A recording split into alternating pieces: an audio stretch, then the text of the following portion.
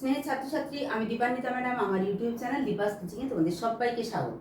তোমরা বোর্ডে দেখতেই পাচ্ছ মানবীয় ভূগোলের মূলনীতি, সেখান থেকে জনসংখ্যা বা পপুলেশন এই চ্যাপ্টারটি পড়াতে শুরু করব। যারা ক্লাস 12 সেমিস্টার 3-তে পড়ো এবং আমার চ্যানেলের নিয়মিত দর্শক বা শ্রোতা, তোমরা জানো যে প্রাকৃতিক ভূগোল সেখানে যে সমস্ত অধ্যায়গুলি ছিল, কনসেপ্ট ক্লিয়ারের ক্লাস হয়েছে এবং এমসিকিউ সমস্ত সম্পূর্ণ হয়েছে। এবং আমি তোমাদেরকে কথা দিয়েছিলাম যে সম্পূর্ণ সিলেবাস অবশ্যই আমি অগাস্টের মাঝামাঝি শেষ করব, যাতে তোমরা সেপ্টেম্বরের যে 21 তারিখ পরীক্ষা শুরু হবে তাতে তোমাদের কোনো অসুবিধা না হয়। এবং অগাস্টের 15 তারিখ থেকে কিন্তু পাওয়ার পয়েন্টে ক্লাস আলোচনা চলতে থাকবে, যাতে তোমরা নিজেদের পরীক্ষা নিজেরাই দিতে পারবে। প্রাকৃতিক ভূগোলের যে সমস্ত বিষয়গুলি ছিল, সেখানে ছিল ভূ গঠন, ভূমিরূপ গঠনকারী প্রক্রিয়া সমূহ, আবহাওয়া বা যেটা জলবায়ু, তারপরে ছিল বায়ুমণ্ডল, তারপরে ছিল জীবমণ্ডল। সেগুলো তো সম্পূর্ণ হয়েছে। তোমরা যদি না দেখে থাকো ভিডিওসে বা প্লেলিস্টে গেলে দেখবে সুন্দর করে সাজানো আছে। এরপরে অর্থাৎ এখান থেকে এই প্রাকৃতিক ভূগোল থেকে প্রশ্ন আসবে 15 নম্বরে। এই 15টা এমসিকিউ বিভিন্ন ধরনের হবে। এরপরে যে মানবীয় ভূগোলের মূলনীতি অর্থাৎ জনসংখ্যা এবং জনবসতি, সেখান থেকে থাকবে 10 নম্বর এবং ভারতের ভূগোল থেকে থাকবে 10 নম্বর। এই ভারতের ভূগোলের পোর্শনটা তোমরা ধরে নিতে পারো যে তোমাদের হয়ে গেছে, কারণ তোমরা 9 বা 10-এ সেখানে ভারতের খনিজ বা শক্তি সম্পদ সেটা 9-এ পড়েছো। এছাড়া ভারতের পরিবহন, কৃষি বা জল সম্পদ, যেটা নদীর ভারতের নদ নদীর যে লাস্টের দিকে ছিল, জল সম্পদের কি বলবো একদম সাস্টেনেবল যেটা ইউজ, অর্থাৎ কোনো রকমভাবে অপচয় না করে সুসংহত ব্যবহার, এই সমস্ত জল বিভাজিকা ব্যবস্থাপনা, এই সমস্ত ব্যাপারগুলো থাকবে ওই পোর্শনের মধ্যে। তাহলে বুঝতেই পারছো ভারতের ভূগোল তোমাদের হয়ে গেছে। এইখানে জনসংখ্যা এবং জনবসতি থেকে যে 10 নম্বরের প্রশ্ন আসবে, এইটা তোমাদের কাছে নূতন, কিন্তু একেবারেই নূতন নয়, মানে কিছু কিছু পোর্শন নূতন নয়, সেগুলো আমি আলোচনা প্রসঙ্গে এক এক করে আসছি। যাই হোক, আমরা জনসংখ্যার যে ডিটেলস ক্লাস করব, সেখানে আমাদেরকে প্রথম জানতে হবে জনসংখ্যা বা জনসংখ্যা ভূগোল। এটি জনসংখ্যা ভূগোলের মূল বিষয়বস্তু কিন্তু জনবিজ্ঞান কেন্দ্রিক। গ্রিক শব্দ ডেমোস অর্থাৎ জনসংখ্যা এবং গ্রাফো অর্থ আঁকা, এই ডেমোগ্রাফি থেকে জনবিজ্ঞান কথাটি এসেছে। এটা একটা এমসিকিউ এর জন্য গুরুত্বপূর্ণ। এছাড়া তোমরা এই যে natural and political observations made upon the bills of mortality, এই বইতেই প্রথম ডেমোগ্রাফির ধারণা প্রদান করা হয়েছে। এরপরে এইটুকু শুধু এমসিকিউ এর জন্য যেগুলো গুরুত্বপূর্ণ, আমি সেই কথাগুলি শুধু বলে এগিয়ে যাচ্ছি, কারণ তোমাদের এমসিকিউ থাকবে, তোমাদের কোনো সংজ্ঞা মুখস্থ করতে হবে না। এরপরে যেটা করব সেটা হচ্ছে এখানে জনবিজ্ঞানের কিছু কিছু সংজ্ঞা দেয়া আছে। তার মধ্যে তোমরা জন গ্রান্ট বা এচিলি গায়লার্ড তার সংজ্ঞাটুকু একটুখানি দেখে নিতে পারো। এখানে কোনো সংজ্ঞা মুখস্থ করার ব্যাপার নেই। এখানে আমরা জানবো জনবিজ্ঞানে আলোচিত বিষয়বস্তুগুলো কি কি আছে। প্রাথমিক যে বিষয়বস্তু বা মুখ্য বিষয়বস্তু, তাতে আছে জন্মহার, মৃত্যুহার, জন্মহারের প্রভেদ, মৃত্যুহারের প্রভেদ, বহির্গমন বা এমিগ্রেশন, বহিরাগমন বা ইমিগ্রেশন। এখানে একটা জিনিস বলে দিই, এমিগ্রেশন আর ইমিগ্রেশন তোমরা অনেকেই গুলিয়ে ফেলো। যখন এমি করব আর ইমি করব, এই যে আই দিয়ে শুরু অর্থাৎ ইন করছে, যখন বাইরের থেকে কেউ আমাদের দেশে আসছে সেটা ইন করছে, সেটার উচ্চারণ ইমিগ্রেশন এভাবে হবে এবং আই দিয়ে শুরু হবে। এমিগ্রেশন এই যে ই দিয়ে শুরু, অর্থাৎ আমাদের দেশ থেকে যদি কেউ এক্সিট করে বা কেউ চাকরির উদ্দেশ্যে, কেউ পড়াশোনার উদ্দেশ্যে আমাদের দেশ থেকে বাইরে যাচ্ছে, এই এক্সিট করলে সেটা হচ্ছে এই যে এ দিয়ে শুরু এক্সিট, এটা হচ্ছে এমিগ্রেশন, এ ময় হস্যই, আর ইমিগ্রেশন হস্যই ময় হস্যই, বাইরে থেকে কেউ আমাদের দেশে এলে। তাহলে এই যে বহির্গমন বা এমিগ্রেশন এবং বহিরাগমন বা ইমিগ্রেশন, অভ্যন্তরীণ স্থানান্তর, পড়াশোনার পারপাসে আমরাই আমাদের লাইফে প্রথমে গ্রাম থেকে পড়াশোনার জন্যই শহরে এসেছি, কলেজ বা ইউনিভার্সিটিতে পড়ার জন্য, এটা বা কেউ হয়তো এখান থেকে পড়তে ব্যাঙ্গালোরে যাচ্ছে, এই দেশের মধ্যেই যদি স্থানান্তর হয় সেটা অভ্যন্তরীণ স্থানান্তর। তার আবার কত রকম প্রকারভেদ হয়, যেটা বললাম, কেউ পড়াশোনার জন্য যাচ্ছে, কেউ চাকরির জন্য যাচ্ছে, কেউ বা হোটেল বা ইত্যাদি ইত্যাদিতে কাজের জন্য যাচ্ছে, যেগুলো পড়াশোনা সম্পর্কিত নয়। তাই তার যে স্থানান্তরের যে প্রভেদ, এটা নিয়েও কিন্তু জনবিজ্ঞান বা জনসংখ্যা ভূগোল আমরা যে চ্যাপ্টারটা পড়বো সেটা আলোচনা করে। এর বৈশিষ্ট্য কি?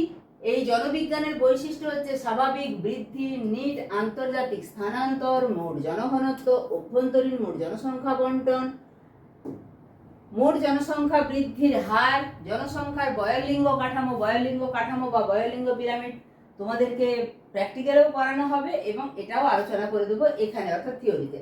নারী পুরুষ অনুপাত, গুণগত কাঠামো, মোট জনসংখ্যার একটি উপাদানের অন্তর্নিহিত কাঠামো, এটি হচ্ছে বিষয়বস্তু।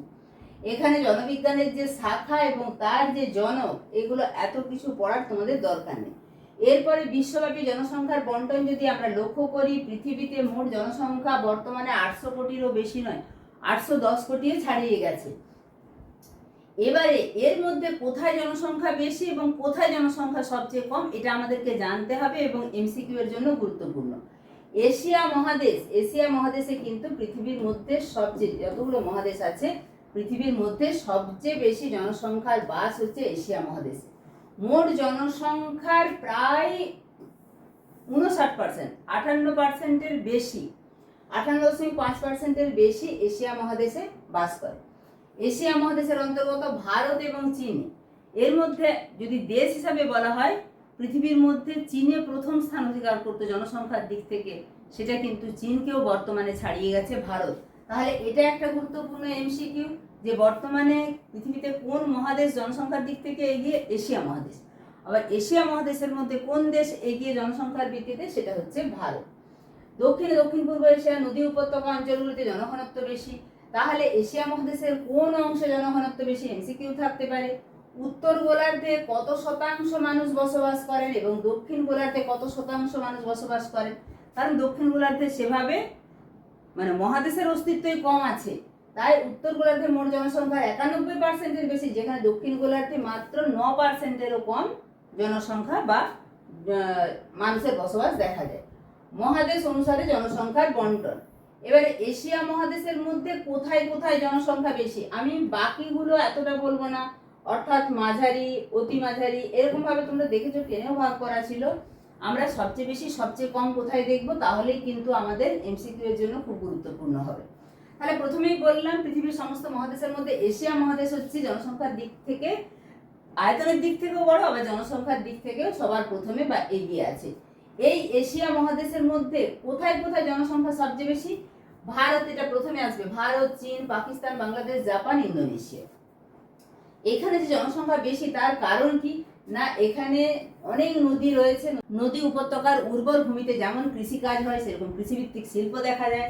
এখানকার মনোরম জলবায়ু, এছাড়া হোয়াংহো, ইয়াংসি, যেটা বললাম নদী ভিত্তিক, ইরাওয়াদি, গঙ্গা, সিন্ধু, ব্রহ্মপুত্র, পদ্মা, মেঘনা এর উর্বর প্লাবনভূমি, জীবনযাত্রার মান উন্নয়ন, দুর্ভিক্ষ, মহামারী নিয়ন্ত্রণ, চিকিৎসার সুযোগ ইত্যাদির কারণে মৃত্যুহার হ্রাস পাচ্ছে এবং জনসংখ্যা বৃদ্ধি পাচ্ছে। আফ্রিকা হচ্ছে পৃথিবীর দ্বিতীয় জনবহুল মহাদেশ।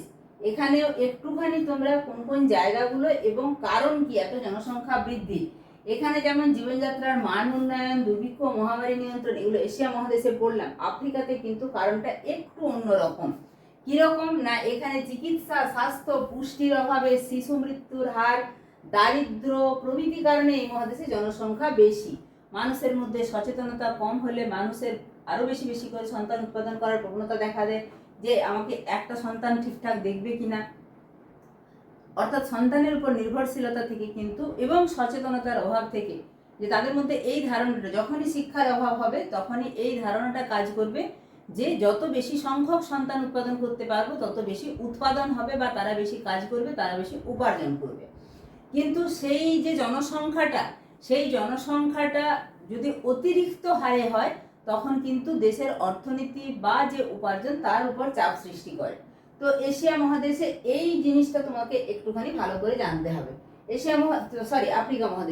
আফ্রিকা মহাদেশের কোথায় কোথায় জনসংখ্যা বেশি? নীলনদ অববাহিকা, Morocco, Tunisia, Sierra Leone, Ghana, Nigeria প্রভৃতি দেশ হচ্ছে জনবহুল।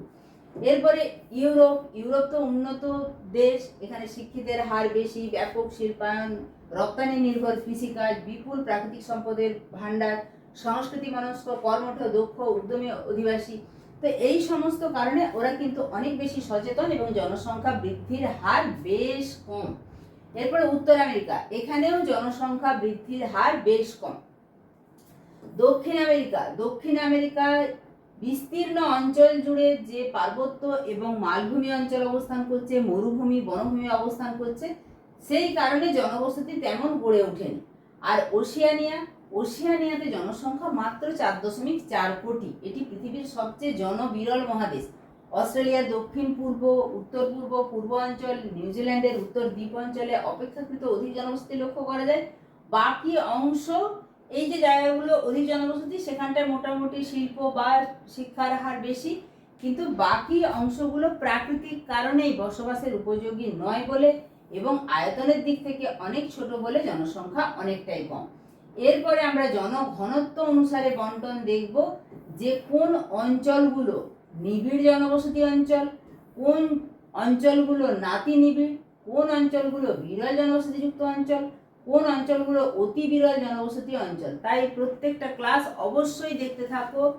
জনসংখ্যা জনবসতি শেষ হলে নতুন করে জানার পালা কিন্তু তোমাদের শেষ। তোমাদের এমনিতেই আমি বলেছি প্রাকৃতিক ভূগোল শেষ হয়ে গেছে, সেটা রিভিশন দাও এবং ভারতের পোর্শন রিভিশন দাও।